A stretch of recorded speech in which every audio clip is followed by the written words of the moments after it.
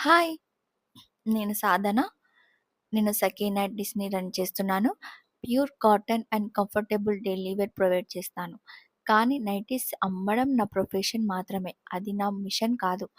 నేను చాలామంది లేడీస్‌ని చూసాను. వాళ్ళు ఫ్యామిలీ అందరిని కేర్ చేస్తున్నారు. కానీ వాళ్ళకి కంఫర్ట్ అండ్ క్వాలిటీ కోసం ఎక్కువ ఇంపార్టెన్స్ ఇవ్వరు. కంఫర్ట్ గురించి ఆలోచించే వాళ్ళు చాలా తక్కువ.